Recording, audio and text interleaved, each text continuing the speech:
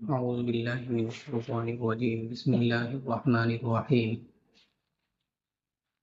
إنا أعطيناك الكوثر فصل لربك وانحر إن شانئك هو الأبتر۔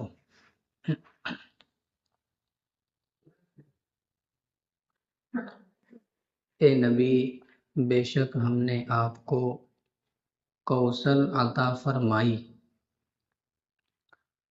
فصل لربک وانحر، لہذا آپ اپنے رب کے لیے نماز پڑھیے اور قربانی کیجیے۔ ان شانئک هو الابتر، بے شک تمہارا دشمن ہی دم کٹا ہے، بے نام و نشان ہے۔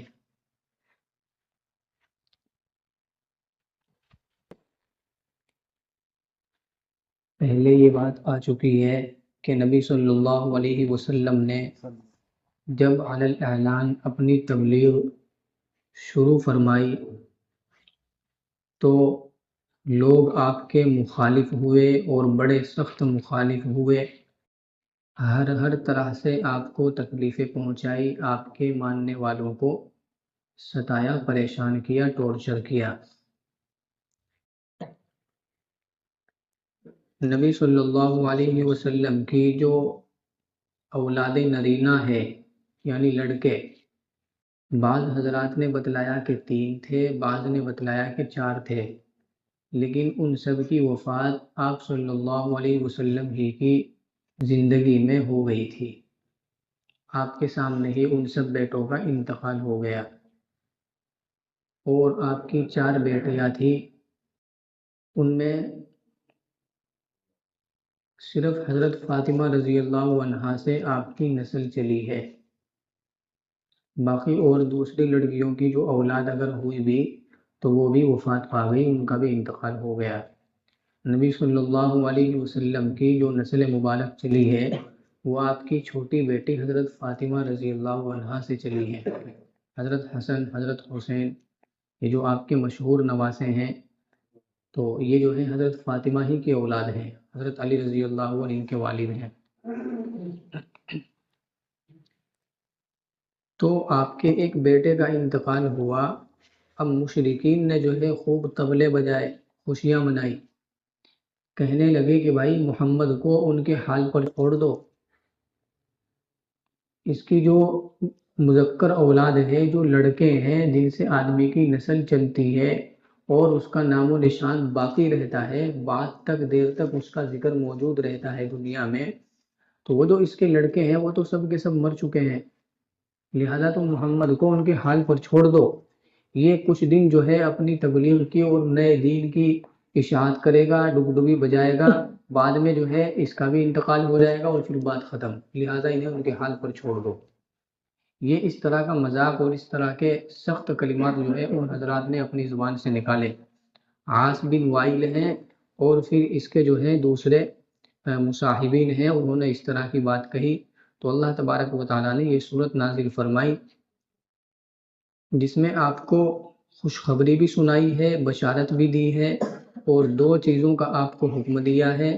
اور جن لوگوں نے آپ کے بارے میں یہ بات کہی کہ محمد تو نعوذ باللہ دم کٹا ہے، یعنی ان کی کوئی اولاد باقی ہی نہیں رہی، تو گویا یہ دم کٹے ہیں، بے نام و نشان ہے، تھوڑے ہی دن میں ان کا نام و نشان ختم ہو جائے گا۔ تو اللہ تعالیٰ نے اس میں آپ کو تسلی دی، ان شانئک هو الابتر، کہ بے شک یہ جو دشمن ہے نا آپ کے، یہی دم کٹے ہیں، یہی بے نام و نشان ہے۔ شروع میں کیا فرمایا؟ خوشخبری اور بشارت کے طور پر کہ اے نبی، بے شک ہم نے آپ کو کوثر عطا فرمائی۔ کوثر کا لفظ سن کر ہمارے ذہنوں میں ایک دم حوض کوثر آتا ہے۔ حوض کوثر، کوثر کے معنی ہے بھلائی، بہت ساری بھلائی، بہت ساری خیر۔ مفسرین حضرات فرماتے ہیں کہ آپ صلی اللہ علیہ وسلم کو اللہ تبارک و تعالیٰ نے جتنی بھی نعمتیں عطا فرمائی ہیں، دین اور دنیا کی، آخرت کی جتنی بھی بھلائیاں آپ کو اللہ تعالیٰ نے عطا فرمائی ہیں، وہ اس کوثر میں شامل ہیں۔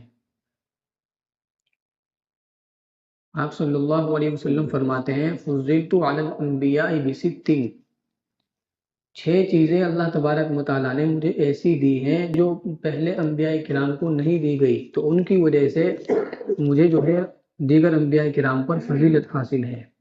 اوتیت جوامع الکلم، مجھے اللہ تبارک و تعالیٰ نے جامع کلمات عطا فرمائے، یعنی الفاظ تھوڑے اور ان کے جو مفہوم ہیں اور مطالب اور معانی ہیں وہ بہت زیادہ ہیں۔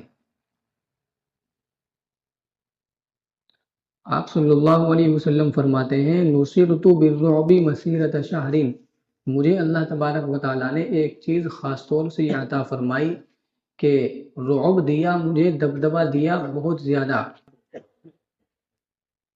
اتنا رعب کہ 1 مہینے کی مسافت تک آپ کا دبدبا پڑتا ہے دشمن کے اوپر۔ حضور صلی اللہ علیہ وسلم مدینہ منورہ میں بیٹھے ہوئے ہیں اور کوئی آپ کا دشمن اتنی دور رہتا ہے جتنی دور کے آدمی 1 مہینے میں اس مسافت کو طے کرے، تو وہیں بیٹھے بیٹھے اس کے دل کے اوپر دھاک ہو رہی ہے، رعب ہو رہا ہے آپ کا۔ تو نصرت بالرعب مسیرۃ شہر، مجھے رعب اور دبدبے کے ذریعے سے اللہ تعالیٰ نے دشمنوں کے اوپر مجھے مدد عطا فرمائی۔ یہ خاص طور سے ایک چیز مجھے دی اللہ تعالیٰ نے جو پہلے انبیاء کرام کو نہیں دی تھی۔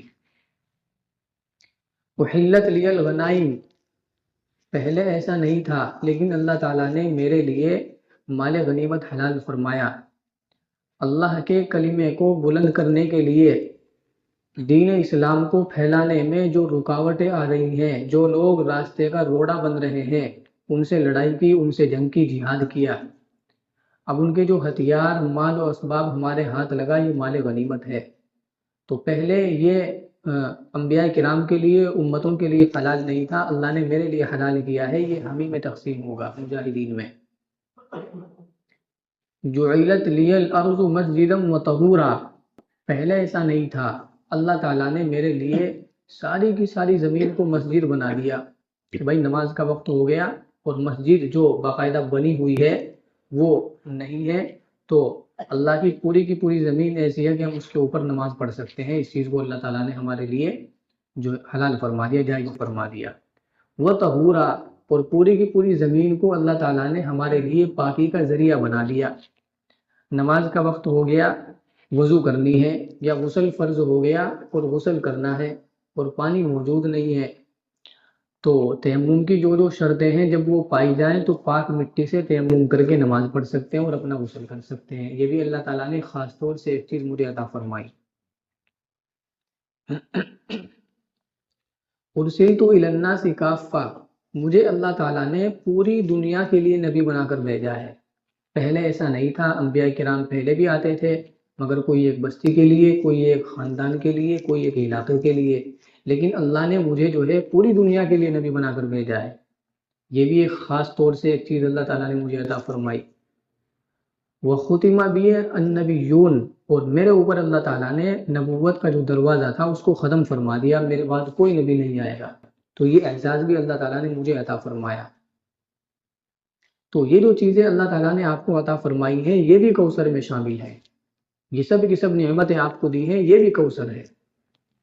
انا اعطیناک الکوثر، اے نبی بے شک ہم نے آپ کو کوثر عطا فرمائی، یعنی بہت ساری خیر اور بہت ساری بھلائی ہم نے آپ کو عطا کی ہے، مرحمت کی ہے۔ اللہ تعالیٰ نے آپ کو معراج کرائی، یہ بھی کوثر میں شامل ہے، اور مقام محمود آپ کو میدان محشر میں ملے گا، یہ بھی کوثر میں شامل ہے، اور جتنی بھی نعمتیں آپ کو ملی ہیں وہ سب کوثر میں شامل ہے۔ پھر جو ایک جنت میں حوض کوثر ہے، نہر ہے پوری، وہ بھی اسی میں شامل ہے، اور اصل نہر تو جنت میں ہے لیکن میدان محشر میں اس کے 2 پرنالوں سے پانی گرے گا میدان محشر میں، تو ایک حوض جو ہے وہ ہو جائے گی، تو یہ بھی اسی کوثر میں شامل ہے۔ اب نبی صلی اللہ علیہ وسلم فرماتے ہیں کہ میرا جو حوض ہے اس کی لمبائی اور چوڑائی اتنی ہے کہ آدمی اگر 1 مہینے تک چلتا رہے چلتا رہے چلتا رہے تب جا کر جو ہے اس کے کنارے پر پہنچے گا۔ جتنی لمبائی ہے اتنی ہی چوڑائی ہے، بالکل برابر برابر ہے۔ اور آپ صلی اللہ علیہ وسلم فرماتے ہیں کہ میرے اس حوض کا پانی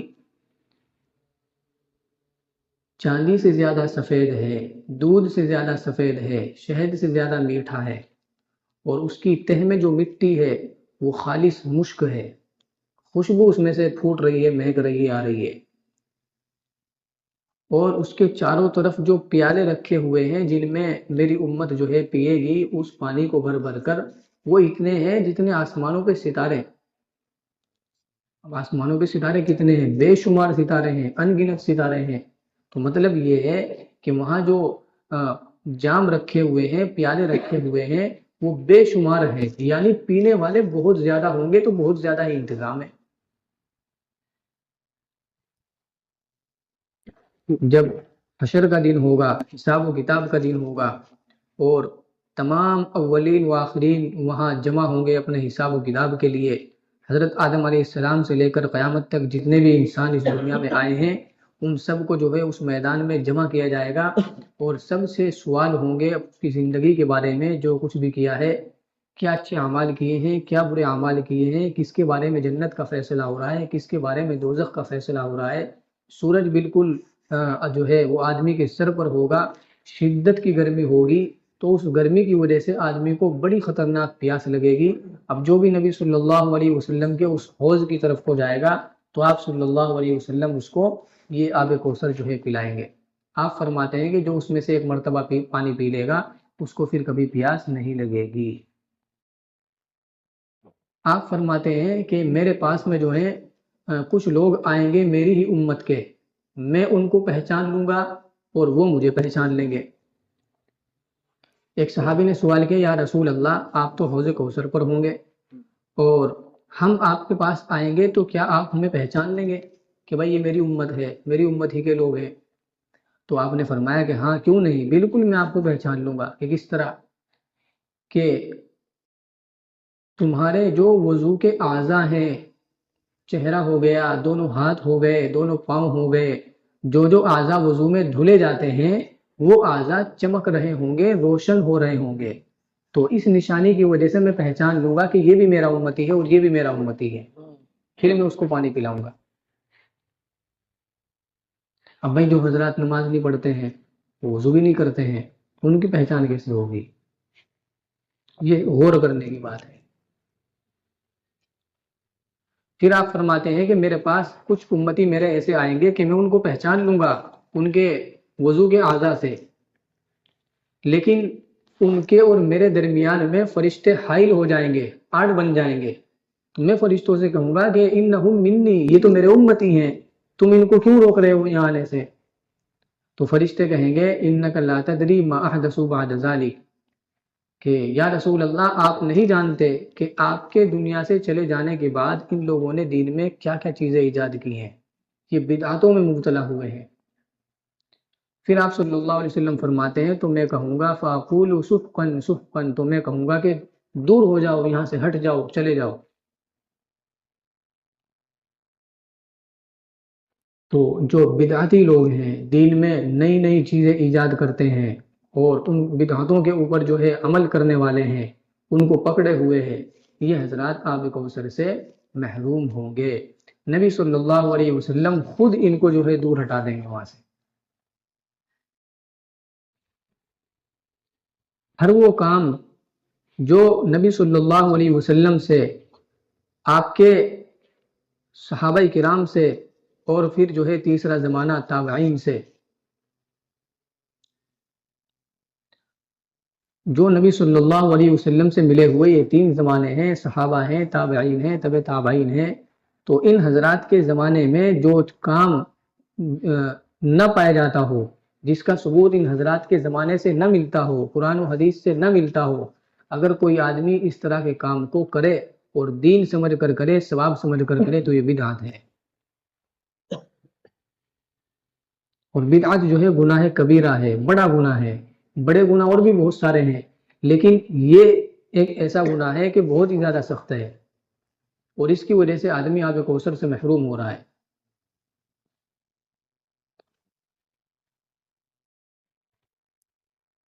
فصلی لربک وانحر، اے نبی جب ہم نے آپ کو اتنی خیر کثیر عطا فرمائی، اتنی ساری بھلائیاں عطا کی ہیں، تو آپ ان کے شکریہ میں اپنے رب کے لیے نماز پڑھیے اور قربانی کیجیے۔ نماز کو سب سے پہلے لے کر کے آئے ہیں۔ جسمانی عبادتوں میں نماز جو ہے سب سے اہم عبادت ہے۔ ہم کہتے ہیں بھائی کہ ایمان کے بعد سب سے اہم چیز نماز ہے۔ اور پھر جو ہے قربانی کا ذکر کیا کہ قربانی کیجیے۔ مشرکین مکہ چونکہ قربانی کرتے تھے لیکن وہ بتوں کے نام پر قربانی کرتے تھے، غیر اللہ کے نام پر قربانی کرتے تھے، اللہ کے نام پر ان کی قربانیاں نہیں ہوا کرتی تھی۔ تو یہاں اللہ تبارک و تعالیٰ نے ایک لفظ فرمایا لِرَبِّکَ، اپنے رب کے لیے۔ نماز بھی ہو تو اللہ کے لیے، قربانی بھی ہو تو اللہ کے لیے۔ اپنے نفس کے لیے ہوگا کوئی بھی کام عبادت کا یا دوسروں کو دکھانے کے لیے ہوگا تو وہ چیز اللہ تعالیٰ کے یہاں مقبول نہیں ہے۔ فَصَلِّ لِرَبِّكَ وَانْحَرْ، نماز بھی پڑھیے اپنے رب کے لیے اور قربانی بھی اپنے رب ہی کے لیے کیجیے۔ إِنَّ شَانِئَكَ هُوَ الْأَبْتَرُ، بے شک جو آپ کا دشمن ہے وہی دم کٹا ہے، بے نام و نشان ہے۔ یہ آپ کو کہتے ہیں کہ ان کا نام و نشان مٹ جائے گا، تھوڑے دن کی بات ہے، ان کو ان کے حال پر چھوڑ دو، یہ بھی دنیا سے چلے جائیں گے اور پھر بات ختم۔ ایسا نہیں ہے، یہ حضرات کی بھول ہے۔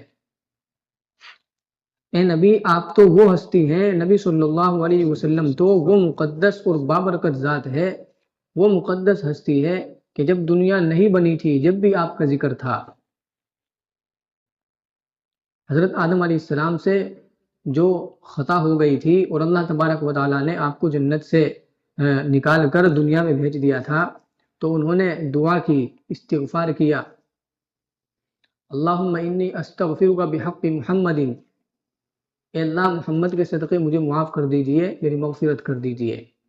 اللہ تبارک و تعالیٰ نے معلوم کیا کہ آدم تو محمد کو کیسے پہچانتا ہے حالانکہ میں نے ابھی پیدا نہیں کیا۔ تو حضرت آدم نے کہا کہ اے اللہ جب آپ نے مجھے پیدا کیا، لما خلقتنی بیدک ونفخت فی من روحک، اور پیدا کرنے کے بعد اپنے حکم سے جو ہے میرے اندر روح پھونکی، رفعت راسی فرأیت علی قوائم العرش مکتوبہ، میں نے اپنا سر اوپر اٹھایا جب روح میرے اندر آ چکی تو میں نے عرش پر لکھا ہوا دیکھا لا الہ الا اللہ محمد رسول اللہ، تو عرفت انک لم تضف الی اسمک الا من هو احب الخلق الیک، تو میں نے پہچان لیا کہ آپ جو ہیں اپنے نام کے ساتھ اسی کے نام کو شامل کرتے ہیں، لگاتے ہیں اور جوڑتے ہیں جو آپ کو پوری مخلوق میں سب سے زیادہ محبوب ہو، اور میں نے وہاں آپ کے نام کے ساتھ محمد کا نام لکھا ہوا دیکھا۔ اللہ تعالیٰ نے فرمایا کہ آدم صدقتا، تو نے سچ کہا، لولا محمد لما خلقتک لما خلقت الخلق، اے آدم تو نے سچ کہا، اگر محمد نہ ہوتے تو میں مخلوق میں دنیا ہی کو نہ بناتا، کوئی بھی مخلوق پیدا نہ کرتا، اور اے آدم میں تجھے بھی پیدا نہ کرتا۔ تو ابھی نبی صلی اللہ علیہ وسلم دنیا میں آئے نہیں ہیں، آنے سے پہلے ہی آپ کا ذکر موجود ہے عرش پر۔ یہ قرآن کریم ہے، قرآن کریم کے ہر پارے میں نبی صلی اللہ علیہ وسلم کا ذکر مبارک جو ہے بکھرا پڑا ہے۔